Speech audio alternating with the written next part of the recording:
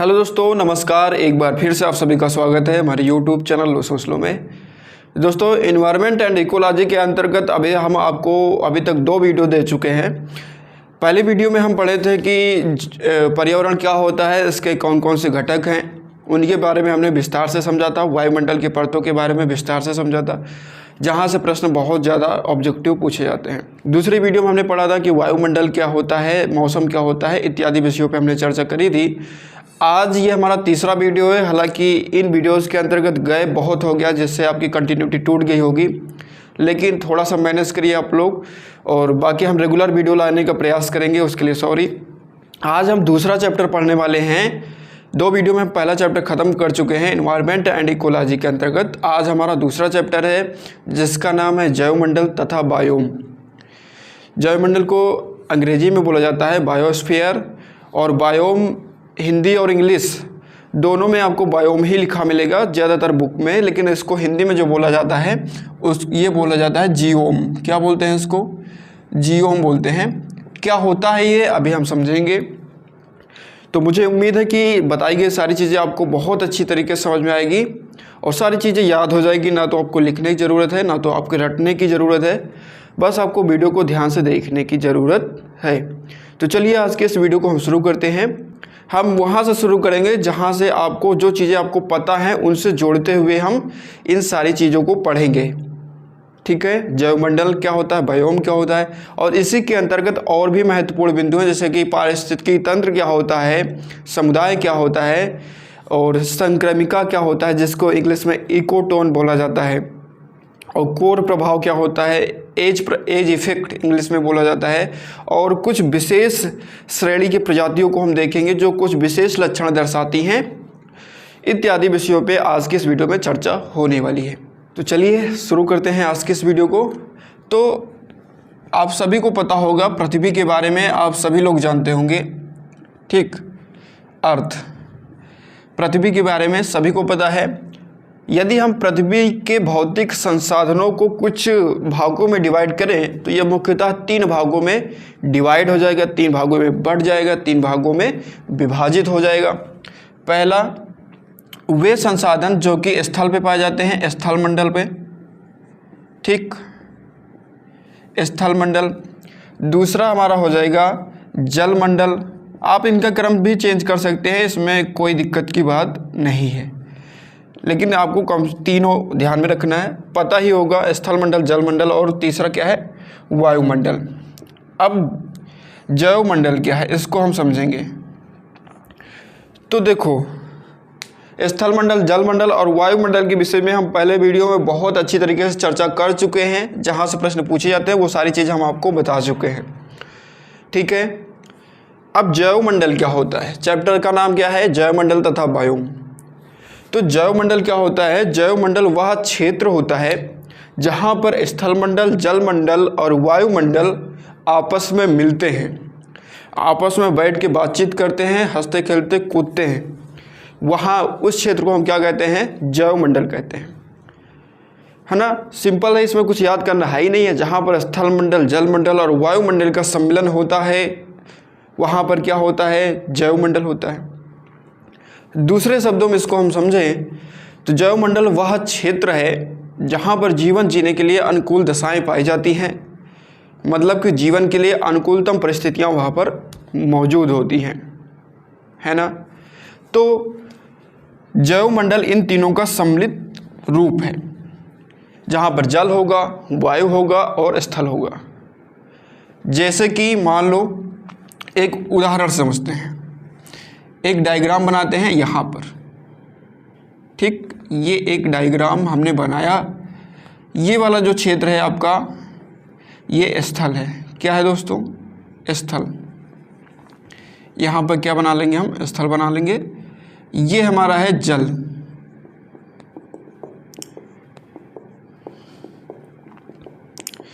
ये हमारा है जल, और यहाँ पर है वायु। तो ये वाला जो क्षेत्र होगा ये क्या होगा, जैवमंडल होगा। क्या होगा, जैवमंडल, बायोस्फीयर होगा। यहीं पर पादप निवास करेंगे। पादप मतलब पेड़ पौधे, जंतु निवास करेंगे, जंतु में सभी आ जाएंगे, जानवर भी आ जाएंगे, हम इंसान भी आ जाएंगे, ठीक है, और सूक्ष्म जीव भी आ जाएंगे जंतु में। तो जैवमंडल क्या है, वायु भी यहाँ पर उपस्थित है, जल भी उपस्थित है और स्थल भी उपस्थित है। तो ये वाला जो एरिया है इसको हम जैवमंडल कहते हैं। तो उम्मीद है इतनी बात आपको समझ में आ गई होगी। अभी हमने एक शब्द यूज किया, भौतिक संसाधन। भौतिक चीज़ें वो चीज़ें होती हैं जिनमें जीवन नहीं पाया जाता, है ना। देखो, जैसे अगर स्थल मंडल है तो आप हमें बताइए क्या स्थल मंडल पे जीवन संभव है? नहीं, जीवन सिर्फ जैव मंडल में संभव है। कैसे? अब आप लोग सोच रहे होंगे तो स्थल पे तो हम लोग रहते हैं, लेकिन आप सोचिए स्थल के साथ साथ आप जल मंडल और वायु से घिरे हुए हैं। मान लीजिए अगर सिर्फ स्थल है, जैसे कि चंद्रमा, चंद्रमा पे क्या है, जल तो है नहीं और वायु भी नहीं है, तो वहाँ पर क्या जीवन संभव है? नहीं है, वहाँ पर जैव मंडल नहीं है, क्योंकि जैव मंडल के लिए जल, वायु और स्थल तीनों की ज़रूरत होती है, जो कि नहीं है वहाँ पर सिर्फ स्थल मंडल है चंद्रमा पर। तो वहाँ पर जैव मंडल नहीं निर्माण हो पाएगा और वहाँ पर जीवन की जो अनुकूलतम परिस्थितियाँ हैं वो उत्पन्न नहीं हो पाएंगी। तो मेरे हिसाब से कि जैव मंडल पर इतनी जो चर्चा है वो पर्याप्त है। अब हम लोग आगे बढ़ते हैं। अब हम लोग समझते हैं कि पारिस्थितिकी तंत्र क्या होता है, समुदाय क्या होती है, जनसंख्या क्या होती है और पादप, जीव जंतु, ये सारी चीज़ें को एक बार हम एक क्रम में देखेंगे। हालांकि कुछ चीज़ें इनमें से आपको पता होंगी, लेकिन उनका जो क्रम है एक क्रम में पढ़ना बहुत ज़रूरी है। तो यदि पूरे यूनिवर्स की बात करें तो पूरे यूनिवर्स में जो सबसे छोटी चीज़ है वो क्या है? परमाणु। सबसे छोटी चीज़ क्या है? परमाणु। हालांकि परमाणु के भी कुछ पार्ट होते हैं, जैसे इलेक्ट्रॉन, प्रोटॉन, न्यूट्रॉन, ये मूल कण होते हैं जिनसे मिलकर परमाणु बना होता है। बेसिकली आपको सिर्फ परमाणु ध्यान में रखना है, क्योंकि वो स्थायी नहीं होते हैं। परमाणु भी स्थायी स्वतंत्र अवस्था में नहीं पाया जाता, ये किसी न किसी के साथ जुड़ के पाया जाता है। परमाणु अणु में यही अंतर है कि परमाणु जो है तो रासायनिक अभिक्रिया में भाग ले सकता है। क्यों बता रहा हूँ ये सारी चीज़ें, अभी आपको समझ में आ जाएगा। और स्वतंत्र अवस्था में नहीं रह सकता परमाणु, जबकि परमाणुओं से मिलकर अणु बन जाएगा तो रासायनिक अभिक्रिया में भाग तो नहीं ले पाएगा, लेकिन यह स्वतंत्र अवस्था में रह लेगा। तो हम सबसे छोटी चीज़ से चलते हैं और सबसे छोटी चीज़ से चलकर हम बहुत बड़ी चीज़ों तक को समझेंगे। अभी हमने आपको बताया कि सबसे छोटी चीज़ क्या है? परमाणु है। क्या है? परमाणु, एटम। ठीक, एटम क्या होते हैं? Hydrogen, helium, lithium, beryllium, boron, carbon, nitrogen, oxygen, fluorine, neon, magnesium, aluminium, silicon, phosphorus, sulphur, chlorine, argon, zinc, सभी क्या हैं? परमाणु हैं। तो परमाणुओं के सहयोग से क्या बनेगा? अणु। परमाणुओं के सहयोग से क्या बनेगा? अणु। परमाणु क्या है? हमने बताया कि जो रासायनिक अभिक्रिया में भाग ले सकते हैं, लेकिन स्वतंत्र अवस्था में कभी नहीं रह सकते। जैसे हाइड्रोजन आपको कभी नहीं मिलेगा, ये हमेशा अगर अकेला मिलेगा तो H2 हाइड्रोजन के 2 परमाणुओं के साथ मिलेगा, या फिर किसी और तत्व के साथ जुड़ा हुआ होगा। अणु क्या है? ये स्वतंत्र अवस्था में रह सकता है, लेकिन रासायनिक अभिक्रियाओं में भाग नहीं ले सकता। तो जैसे मान लो ऑक्सीजन के 3 परमाणु मिल गए तो क्या बना दिया इन्होंने? ओजोन बना दिया। ओजोन जो है ये समताप मंडल में पाई जाती है। वायुमंडल में बहुत सारी परतें पाई जाती है, तो उसमें एक परत होती है समताप मंडल, वहाँ पर ओजोन गैस पाई जाती है। इसका काम क्या होता है कि सूर्य से आने वाली पराबैंगनी किरणों से हमारी सुरक्षा करती है। अगर ये सुरक्षा ना करे तो क्या होगा? इससे ये होगा कि हमारे शरीर में स्किन कैंसर हो जाएगा, है ना। तो ओजोन परत बहुत ज़्यादा इम्पोर्टेंट है और इसका क्षरण हो रहा है। ठीक है, पर्यावरण प्रदूषण के कारण क्या हो रहा है? इसका क्षरण हो रहा है। फिलहाल आगे बढ़ते हैं। जैसे हमने हाइड्रोजन के 2 परमाणु ले लिया, ऑक्सीजन का 1 परमाणु ले लिया, तो क्या बन गया? पानी, वाटर बन गया। तो ये क्या है? अणु। अणु क्या है? किसी भी कंपाउंड का एक छोटा रूप है अणु। ठीक है, और अणु के बारे में 2 चीज़ें जो और बताई, फिर से नहीं बताएंगे, वही आपको ध्यान में रखना है। तो परमाणुओं के सहयोग से क्या बन गया दोस्तों? अणु बन गया। ठीक, अणु क्या होते हैं? तो ये सारे क्या है? अणु हैं। अब अणु से हमारा यौगिक बनेगा, कंपाउंड बनेगा, लेकिन हमें उसकी तरफ नहीं जाना है, क्योंकि हम जैविक चीज़ों को पढ़ेंगे तो हमें जैविक चीज़ों की तरफ जाना पड़ेगा और हमें वो मतलब कंपाउंड नहीं बनाने, यौगिक नहीं बनाने हैं। तो अणुओं से क्या बनेगा? अणुओं से कोशिका बनेगी। क्या बनेगी? कोशिका। कोशिका को इंग्लिश में क्या बोलते हैं? सेल बोलते हैं, ठीक, CELL सेल, इसको मॉलिक्यूल बोलते हैं। कोशिका क्या है? कोशिका जो है किसी भी जीव की सबसे छोटी इकाई है। कोई भी जीव हो, चाहे वो पादप हो या जंतु हो, कोई भी जीव हो, उसकी जो सबसे छोटी इकाई है वो क्या है? कोशिका है, ठीक है। कोशिका दो प्रकार की होती है। एक कोशिका वह कोशिका होती है जिससे पादपों का निर्माण होता है, मतलब पेड़ पौधों का निर्माण होता है। दूसरी कोशिका वो कोशिका होती है जिनसे जंतुओं का, मतलब कि जानवर और मनुष्यों का और सूक्ष्म जीवों का निर्माण होता है। तो इस प्रकार से कोशिका कितने तरीके की होती हैं? दो। एक पादप कोशिका होती है, प्लांट सेल, और एक होती है जंतु कोशिका, ठीक है। तो कोशिका दो प्रकार की होती है। अब कोशिका के समूह से अंग बनता है। क्या बनता है? अंग, ऑर्गन्स। कोशिकाओं के समूह से क्या बनेगा? अंग बनेगा, ठीक है। तो अंग आपको सभी को पता होगा, हाथ, कान, मुंह, पैर, गला, नाक, ये सब क्या है? अंग है। अंगों के समूह से अंग तंत्र का निर्माण होता है। ये सब क्यों बता रहे हैं आपको, अभी समझ में आ जाएगा, ठीक है। हमने कहा बहुत छोटी चीज़ों से चलेंगे और सबसे बड़ी चीज़ तक पहुंचेंगे, तो अभी समझ में आ जाएगा आपको। अंगों के समूह से क्या निर्माण होगा? अंग तंत्र, ऑर्गन सिस्टम। क्या निर्माण होगा दोस्तों? Organ system. ऑर्गन सिस्टम क्या होते हैं? तो अंगों के एक समूह होते हैं। जैसे कई सारे अंग मिलके भोजन को पचाने का कार्य करते हैं, तो इन्हीं सारे अंगों का जो भोजन को पचाने का कार्य करते हैं, इनको क्या बोल दिया जाता है? पाचन तंत्र, है ना। जैसे छोटी आंत, बड़ी आंत, है ना, मुंह से लेकर के छोटी आंत, बड़ी आंत इत्यादि जो अंग मिलके एक अंग तंत्र बनाते हैं, डाइजेस्टिव सिस्टम। इसी तरीके से रिस्पायरेटरी सिस्टम, रिप्रोडक्टिव सिस्टम, ठीक, स्केलेटन सिस्टम, तो बहुत सारे अंग तंत्र हैं। तो अंगों से अंग तंत्र का निर्माण हुआ। अंग तंत्र से निर्माण होगा जीव या जंतु का, ठीक। जीव के अंतर्गत पादप भी और जंतु भी, ठीक है। क्योंकि हमने देखा था, अगर पादप कोशिका क्या है? कोशिका यदि पादप है तो पादपों का निर्माण हो जाएगा, और अगर जंतु कोशिका है तो जंतुओं का निर्माण हो जाएगा। तो मतलब जीव और पादप दोनों, ठीक। यहाँ पर जंतु लिखेंगे, ज़्यादा उचित बैठेगा। तो किसका निर्माण हो गया? जंतुओं का निर्माण हो गया, ठीक। अब जंतुओं के समूह, एनिमल एंड प्लांट्स।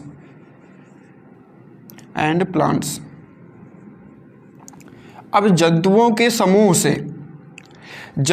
समूह से जनसंख्या का निर्माण होगा। किसका निर्माण होगा? जनसंख्या का निर्माण होगा, ठीक है।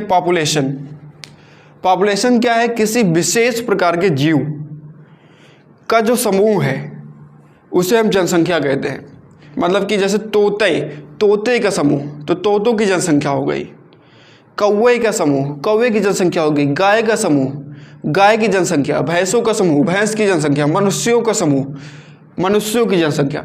मतलब किसी एक विशेष प्रजाति के जो समूह को क्या बोलेंगे? हम जनसंख्या बोलेंगे, ठीक है। तो यहाँ पर आप बहुत सारे बना सकते हैं, ठीक है। यदि आपको समझ में आ गया तो आप बहुत सारी उदाहरण अपने मन से बना सकते हैं। गाय, मनुष्य, भेड़, भैंस, बकरी, सभी का समूह क्या होगा? जनसंख्या होगा।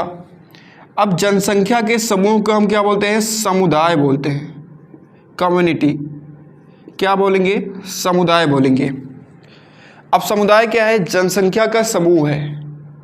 तो निश्चित रूप से इस समुदाय में कई तरह की प्रजातियां पाई जाएंगी।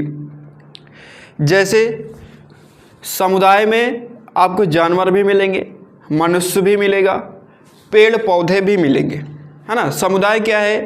तो समुदाय जनसंख्या का समूह है जिसमें जानवर भी आएंगे, भेड़, भैंस, कुत्ता, बिल्ली, ये सारे आएंगे, मनुष्य भी आएगा, ठीक है। मनुष्यों और जितने प्रकार के जानवर हैं, ठीक है। तो इन सभी जीवों का जो समूह है, सभी प्रकार के जीवों का समूह जो है वो क्या निर्माण करेगा? समुदाय का निर्माण करेगा। मतलब जितने भी प्रकार की जनसंख्या है, सभी प्रकार की जनसंख्या का यदि समूह बनाया जाए तो क्या निर्माण होगा? समुदाय निर्माण होगा। अब समुदायों के समूह से निर्माण होता है पारिस्थितिकी तंत्र। किसका निर्माण होता है? पारिस्थितिकी तंत्र का निर्माण होता है, इकोसिस्टम का निर्माण होता है। किसका निर्माण होता है दोस्तों? इकोसिस्टम का। अब इकोसिस्टम क्या है? तो इकोसिस्टम समुदाय के साथ साथ यदि हम पादप को और उनके आसपास के जो भौतिक संसाधन हैं उनको भी शामिल कर ले तो किसका निर्माण हो जाएगा? पारिस्थितिकी तंत्र का निर्माण हो जाएगा। मतलब समुदाय प्लस भौतिक संसाधन। क्या? भौतिक संसाधन। समुदाय प्लस भौतिक संसाधन क्या बनाएंगे? एक पारिस्थितिकी तंत्र बनाएंगे। मुझे उम्मीद है आपको समझ में आ गया होगा पारिस्थितिकी क्या होती है और पारिस्थितिकी तंत्र क्या होता है। तो पारिस्थितिकी एक विषय है, ठीक है। पारिस्थितिकी क्या है? एक विषय है, एक विज्ञान है जिसके अंतर्गत हम क्या करते हैं कि जैविक तथा अजैविक, है ना, जैविक मतलब जीव जंतु पेड़ पौधे और भौतिक या फिर अजैविक संसाधन जो हैं, भौतिक अजैविक एक ही चीज़ है, ठीक है। भौतिक मतलब जिसमें जीवन नहीं है और जैविक अजैविक मतलब जिसमें जीवन नहीं है और जैविक का मतलब जिसमें जीवन है। तो जैविक तथा अजैविक घटकों के मध्य जो परस्पर से अंतः क्रिया होती हैं उनका अध्ययन हम किस में करते हैं? तो पारिस्थितिकी तंत्र, पारिस्थितिकी में करते हैं। पारिस्थितिकी तंत्र क्या है? समुदाय प्लस भौतिक संसाधनों का जो सम्मिलित रूप है, जो सम्मिलित एरिया है, जो सम्मिलित क्षेत्र है ना, ये वाला क्षेत्र क्या है? पारिस्थितिकी तंत्र है, जहाँ पर समुदाय भी है और भौतिक संसाधन भी है। तो मुझे उम्मीद है आपको ये सारी चीज़ें समझ में आ गई होगी। तो इकोसिस्टम आपको समझ में आया। हमें पहुँचना कहाँ तक है? तो हमें जैवमंडल तक पहुँचना है। जैवमंडल क्या होता है? हालांकि इसको हम समझ चुके हैं पहले भी, लेकिन जैवमंडल वास्तव में क्या होता है? इन जो पारिस्थितिकी तंत्र हैं, जितने भी प्रकार के पारिस्थितिकी तंत्र हैं, घास पारितंत्र, पारिस्थितिकी तंत्र बोलो या फिर पारितंत्र बोलो, कोई समस्या नहीं। घास पारितंत्र, जल पारितंत्र, वन पारितंत्र, ठीक है। तो ये सभी जो पारितंत्र हैं, इन सभी का जो समूह है वो किसका निर्माण करेगा? जैवमंडल का निर्माण करेगा, बायोस्फीयर का निर्माण करेगा, ठीक है। किसका निर्माण करेगा? जैवमंडल का निर्माण करेगा। तो एक बार इसको हम फिर से समझते हैं, है ना, एक बार स्पीड में समझते हैं, रिवाइज कर लेते हैं इसको। सबसे छोटी चीज़ क्या है? परमाणु। परमाणुओं के सहयोग से बनेगा आपका अणु। अणुओं के सहयोग से क्या बनेगी? कोशिका। अणुओं के सहयोग से कंपाउंड भी बनेगा, लेकिन वो जीवित नहीं होगा, मतलब कि वो भौतिक चीज़ होगा। लेकिन हमें जाना किस पे है? जैवमंडल पे। तो हम कोशिका की तरफ चले आएंगे, ठीक है। तो अणुओं के समूह से बना कोशिका, कोशिकाओं के समूह से हमारा अंग बनता है, और अंगों के समूह से अंग तंत्र बनता है, और अंग तंत्र के समूह से एक जीव या जंतु बनता है या फिर पादप बनता है, ठीक है। अब पादपों के किसी विशेष प्रजाति के, किसी विशेष तरीके के, किसी विशेष गुण रखने वाले जंतुओं या पादपों के समूह को हम जनसंख्या बोलेंगे, जैसे गायों की जनसंख्या, मनुष्यों की जनसंख्या, चींटियों की जनसंख्या। अब जनसंख्याओं के समूह को क्या बोलेंगे? हम समुदाय बोलेंगे, ठीक है। समुदायों के समूह के साथ साथ अजैविक घटक या फिर भौतिक घटकों का सम्मिलित रूप क्या बनाएगा? पारिस्थितिकी तंत्र बनाएगा। पारिस्थितिकी क्या है? ये जो भौतिक घटक हैं और जो जैविक घटक है, इनके मध्य जो पारस्परिक अंतःक्रिया होती है, इसी का अध्ययन करने का जो विषय है वो है पारिस्थितिकी। और पारिस्थितिकी तंत्र के सम्मिलित रूप से इनके समूह से हमारा बनेगा जैवमंडल। इनके समूह से क्या बनेगा हमारे दोस्तों? जैवमंडल बनेगा, बायोस्फीयर बनेगा। तो मुझे उम्मीद है आपको इतनी चीज़ें बहुत अच्छी तरीके से क्लियर हुई होगी। अगर नहीं क्लियर तो कमेंट बॉक्स सीधा आपके लिए बनवाया है, कमेंट करके हमें बता दीजिए वीडियो कैसी लगी। अगर कोई चीज़ डाउट है, आपको नहीं समझ में आ रही, तो आप बेझिझक कमेंट करके बता सकते हैं, हम दोबारा आपको समझाने के लिए तैयार रहेंगे। अब हम आगे बढ़ते हैं और कुछ प्रजातियों के श्रेणियों को समझने का प्रयास करते हैं। तो कुछ प्रजातियों को उनके कार्यों के आधार पर, कुछ प्रजाति जो हैं उनके कार्यों के आधार पर उन्हें कुछ श्रेणियों में बांट दिया गया है और उन्हीं श्रेणियों को कुछ नाम दे दिया गया है, जैसे कि स्टोन प्रजाति, फाउंडेशन प्रजाति, संकेतक प्रजाति, इंडिकेटर स्पीसीज। तो ये सारी प्रजातियों को उनके कार्यों के आधार पर बांटा गया और उनको एक श्रेणी में रखा गया और उस श्रेणी का नाम दे दिया गया। तो क्या होती हैं ये, इनको हम समझने का प्रयास करते हैं और यहाँ से एग्जाम में क्वेश्चन पूछा जाता है। तो सबसे पहले हम समझते हैं कि कीस्टोन प्रजाति क्या होती है। ठीक है, कीस्टोन प्रजाति, ठीक है। कीस्टोन प्रजाति क्या है? कीस्टोन प्रजाति वे प्रजाति हैं जो किसी पारिस्थितिकी तंत्र में अन्य, देखो पारिस्थितिकी तंत्र में बहुत प्रजाति के क्या होते हैं, जीव होते हैं। तो हमने कहा कि ये कोई जीव नहीं है, कोई पर्टिकुलर जीव नहीं है कीस्टोन, कोई पर्टिकुलर प्रजाति भी नहीं है, ये एक प्रजातियों की श्रेणी है। ठीक है, कहने का मतलब इनके विशेष कार्यों के आधार पर इनको नाम दिया गया है। ठीक है, तो क्या होती है ये कीस्टोन प्रजाति, क्या होती है? तो किसी पारिस्थितिकी तंत्र में वह प्रजाति जो अन्य प्रजातियों के लिए महत्वपूर्ण होती है, अगर इसको कुछ प्रभाव पड़ता है, इस पर कुछ प्रभाव पड़ता है, तो अन्य प्रजातियां भी उस पारिस्थितिकी तंत्र में, उस पारितंत्र में, इकोसिस्टम में जो अन्य प्रजातियां हैं वो भी प्रभावित हो जाती हैं। तो जैसे की का मतलब क्या है? चाबी। एक ऐसे समझो इसको, ये ताला है आपका, क्या है ये? ताला है। ठीक है, ये है चाबी, मान लो ये चाबी है। ठीक, ये क्या है? चाबी। तो यहाँ से समझते हैं, तो चाबी क्या है? चाबी, अगर चाबी पे कोई प्रभाव पड़ता है, मतलब प्रभाव कैसा पड़ेगा कि टूट जाए या फिर गायब हो जाए। अगर ये गायब हुआ तो ताला क्या हुआ? खराब हो गया। मतलब कि इसके प्रभाव, इस पर प्रभाव पड़ने से क्या, कौन प्रभावित हो रहा? दूसरा कोई प्रभावित हो रहा है। तो कीस्टोन प्रजाति क्या है? ऐसी प्रजाति जो किसी पारिस्थितिकी तंत्र में मौजूद होती हैं, अगर उनमें कुछ होता है तो अन्य प्रजातियां भी प्रभावित होती है। ये साधारण भाषा में अगर समझेंगे तो बहुत अच्छी तरीके से आपको समझ में आ जाएगा। ठीक, तो साधारण भाषा में यही है ये। अब देखो एक बात इसके संबंध में और ध्यान में रखो, आपको किताब में लिखा मिलेगा कि पारितंत्र में इनकी संख्या अल्प होती है, ये बहुत सूक्ष्म मात्रा में पाए जाते हैं, इनका जैव भार कम होता है ना। ये सारी चीज़ें आपको लिखी मिलेगी। तो यहाँ से आप समझ सकते हो ताला क्या होता है? अपेक्षाकृत चाबी के बड़ा होता है। चाबी छोटी होती है लेकिन ये पूरे ताले को बर्बाद कर देती है अगर ये खो गई तो।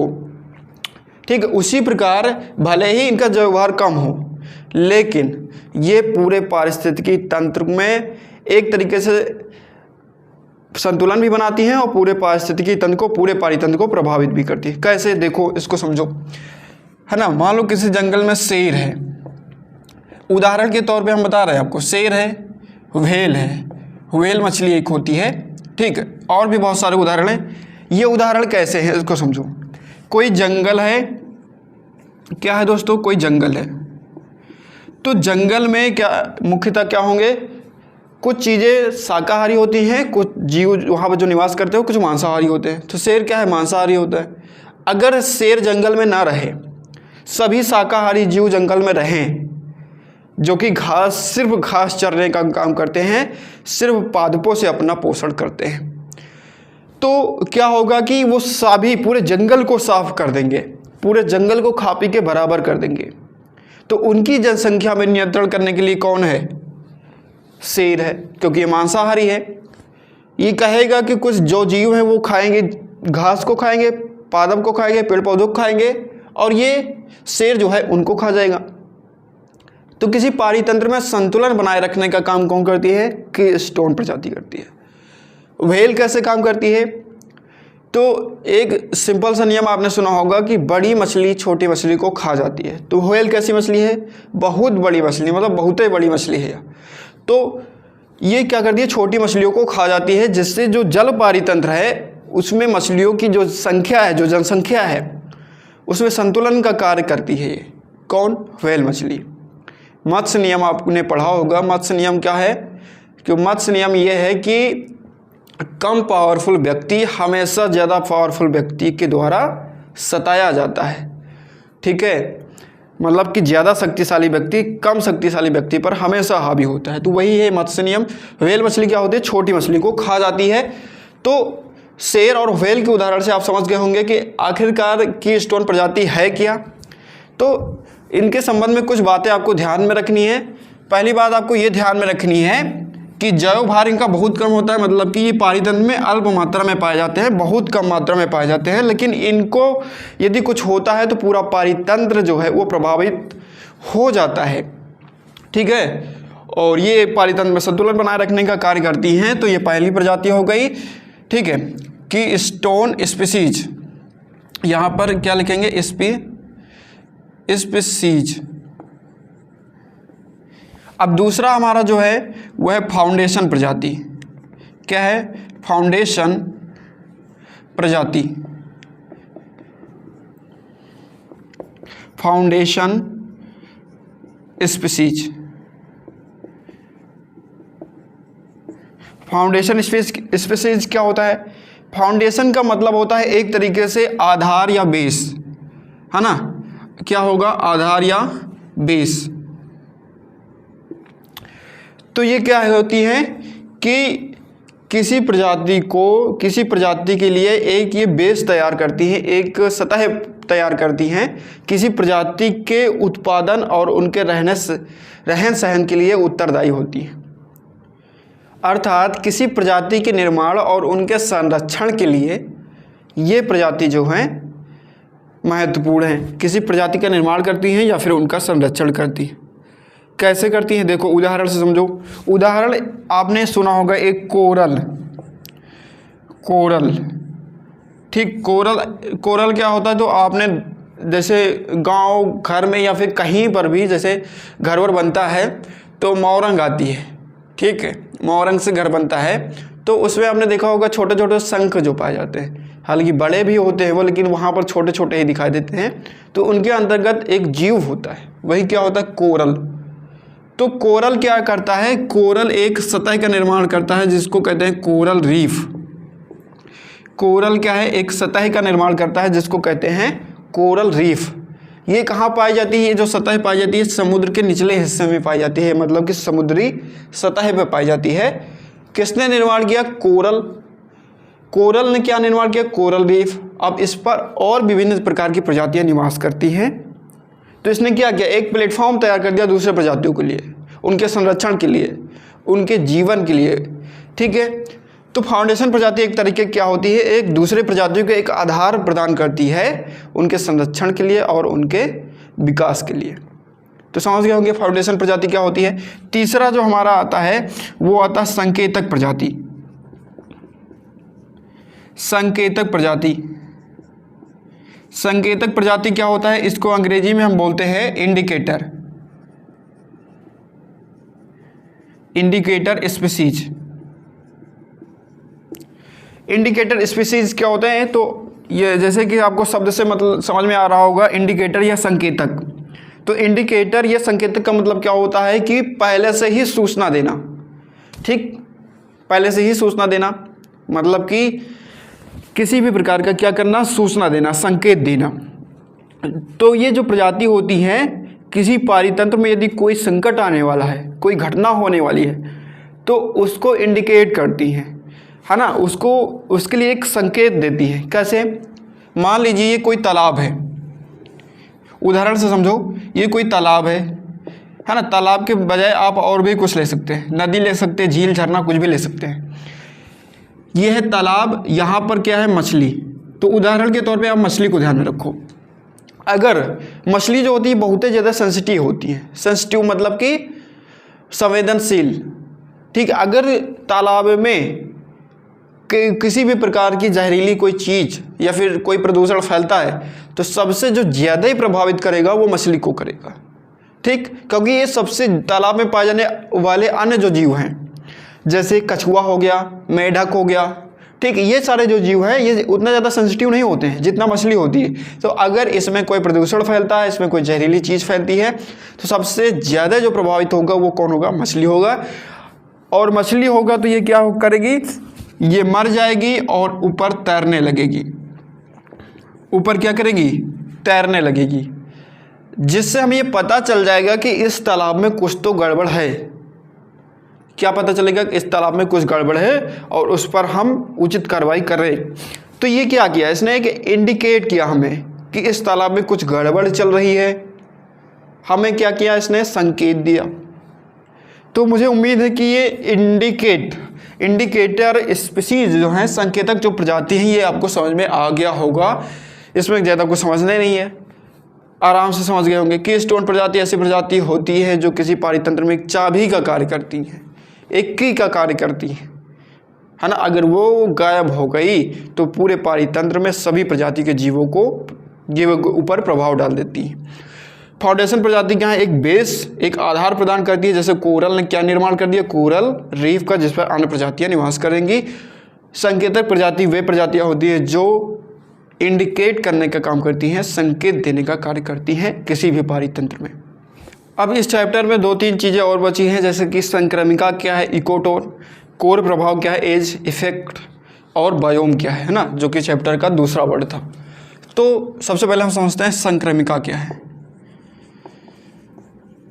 संक्रमिका, इकोटोन, इकोटोन क्या है, ठीक। फिर उसके बाद इसी के साथ हम समझ लेंगे कोर प्रभाव क्या है। इसी में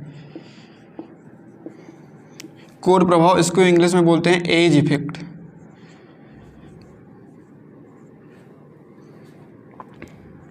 क्या बोलते हैं? As effect.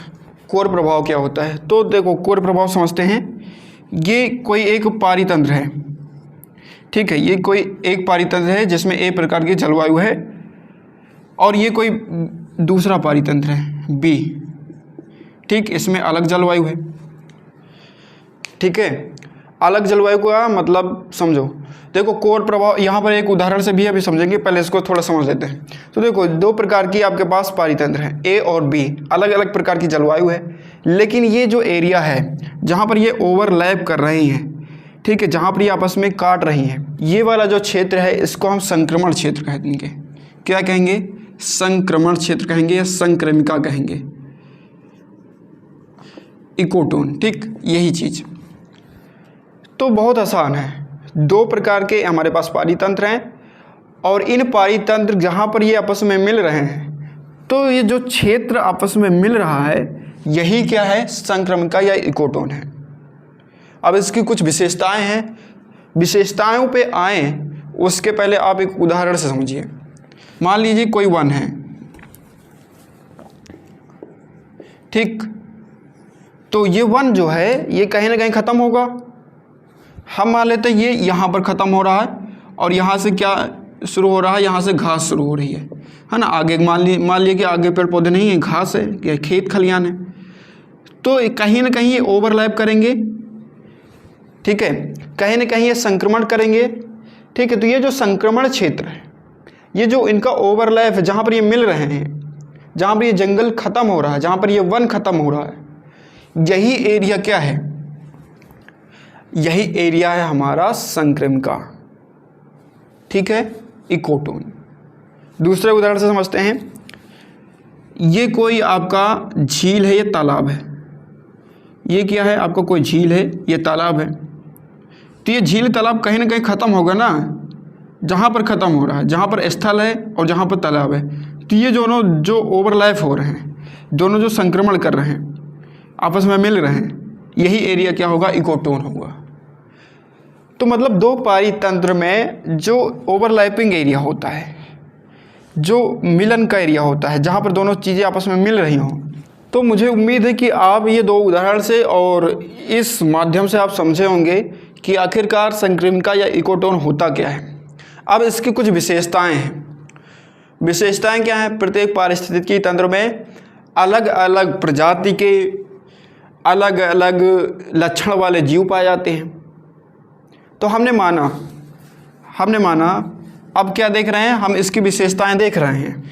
हमने माना कि इसमें ए प्रकार का, कैपिटल ए पहले ले चुके हैं तो स्मॉल ले लेते हैं, ए प्रकार के और बी प्रकार के, ए लक्षण वाले और बी लक्षण वाले जीव ए पारितंत्र में हैं, ठीक है।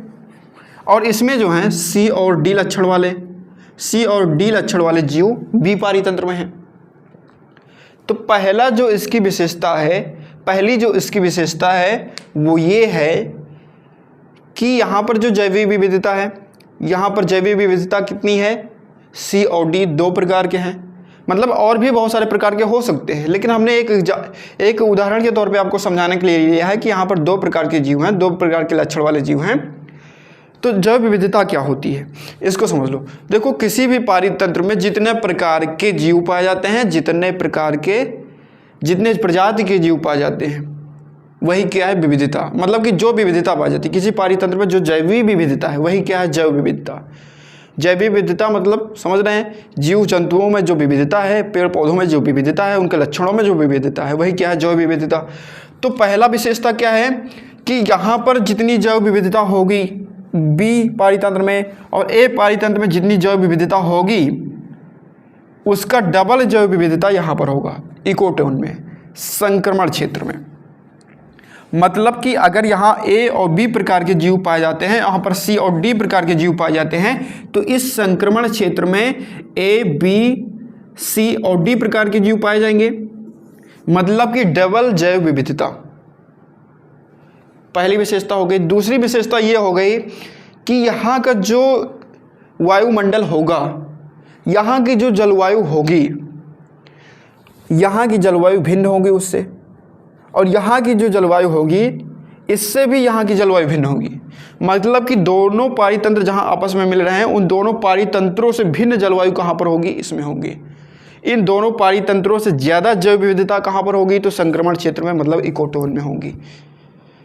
ठीक है, तो मुझे उम्मीद है कि आपको ये समझ में आ गया होगा कि इकोटोन क्या होता है। इसके बाद कोर प्रभाव क्या है? तो कोर प्रभाव कुछ भी नहीं है। कोर प्रभाव इसको समझ लीजिए, ये कुछ नहीं है। ये जो जैव विविधता पाई गई, यहाँ पर जो जैव विविधता इकोटोन में पाई गई, ये जिन प्रभाव के कारण पाई गई उसे ही कोर प्रभाव कहते हैं। फिर से समझो कि ये जो संक्रमण क्षेत्र है, जो संक्रमिका है, ये जो इकोटोन है, यहाँ पर विविधता पाई गई, हमने देखा अभी। तो ये विविधता जिस प्रभाव के कारण पाई गई वही है एज इफेक्ट, एज प्रभाव। तो एज इफेक्ट को समझने से पहले आपको इकोटोन को समझना बहुत ज़रूरी है। तो समझ गए होंगे कोर प्रभाव क्या होता है, ये जो जैव विविधता का कारण है, और जो इनके लक्षण भी अलग होंगे। अच्छा, एक बात और समझ लो, ये भी संभव है कि यहाँ पर जो ए के लक्षण हैं और यहाँ पर जो एक लक्षण है उनमें कुछ परिवर्तन हो जाएगा। ठीक है, ये संभव है, बिल्कुल संभव है। तो ये जो प्रभाव पड़ रहा है संक्रमण क्षेत्र पर, यही क्या है? कोर प्रभाव है। ठीक है, तो समझ गए होंगे कोर प्रभाव क्या है, संक्रमिका क्या है। बायोम को समझ लेते हैं कि बायोम क्या है। तो आगे बढ़ते हैं और बायोम को समझते हैं। तो बायोम में कुछ ज़्यादा समझना है नहीं। बायोम देखो क्या है। बायोम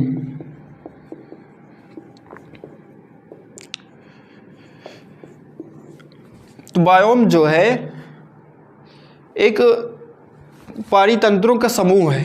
क्या है? पारितंत्रों का समूह है। अभी हमने बताया था कि जैवमंडल जो है पारितंत्रों का समूह है ना। तो इसको थोड़ा समझो। पारितंत्र में क्या है? भौतिक मतलब कि जैविक घटक है, अजैविक घटक। भौतिक को क्या बोलेंगे? अजैविक घटक।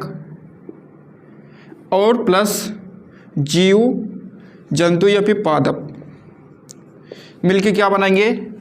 एक पारितंत्र बनाएंगे। तो पारितंत्र एक छोटे से एरिया के लिए डिफाइन किया गया, और बायोम जो है एक बड़े एरिया के लिए डिफाइन किया जाता है। बड़े एरिया का मतलब है बहुत बड़ा एरिया।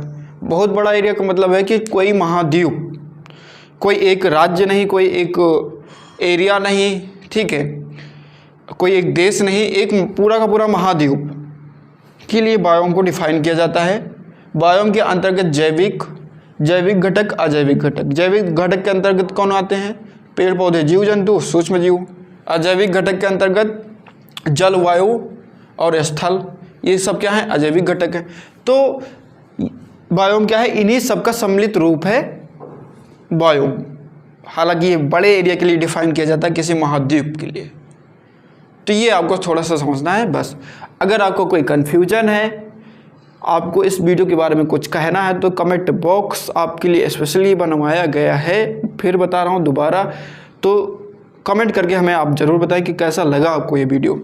अगर अच्छा लगा हो तो दोस्तों के साथ शेयर करें, पसंद आया हो तो लाइक करें।